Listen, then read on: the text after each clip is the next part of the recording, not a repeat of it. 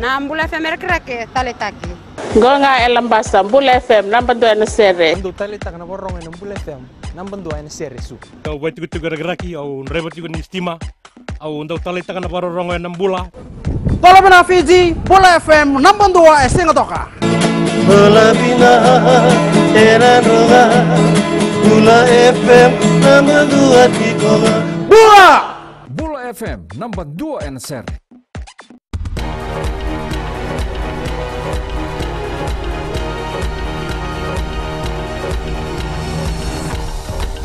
Ni sambula sai koyongona Vakaleleka ni nonda itukutuku. Na tumbu ni wili ni dengi ena nonda bonua e sa vakabuna na nui ngawa kina mini sitirini bula. Ongo ena kena sangai me vei roti na yayani vengarabi kabaka kina veira na vakaileslesi.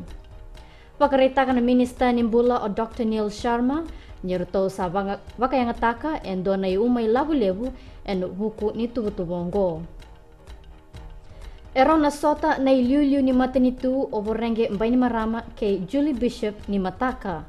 Ongoe matai ni nona veisiko mai kina nonda vanua o Bishop. E veisiko tiko ena nona i tutu ena songo na Forum Ministerial Contact Group. Ena maki mena wakatulewati ko na matanitu membaleta na kambani ka soli kina na vei wakandonui meda kaba na casino ena nonda vanua na 100 Sands Limited. Wakaritaka na buni lao o aya Said Kayum, nyeroto sa dingoma na veika eroto sa wakaritaka may na loya, membaleta na itubo-tubo ongo. Kinagito, esan dingitaki ko kabeni tali may babalangi, menalaki wakaitabi and a Junior World Rugby Trophy ni Ronaldolutin kaba. Ena bakadoriti ko nangito ongo may Hong Kong, may ni kavitu kinay kaziwa ni Epireli. Essa may dawe kering na Vakaleleka ni nonda itukutuku ni temo demanda.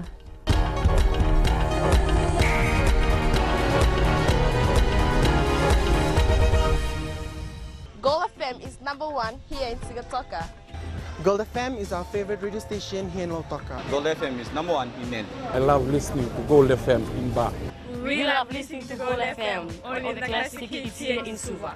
Hear about bottled cola, you immediately think of gold.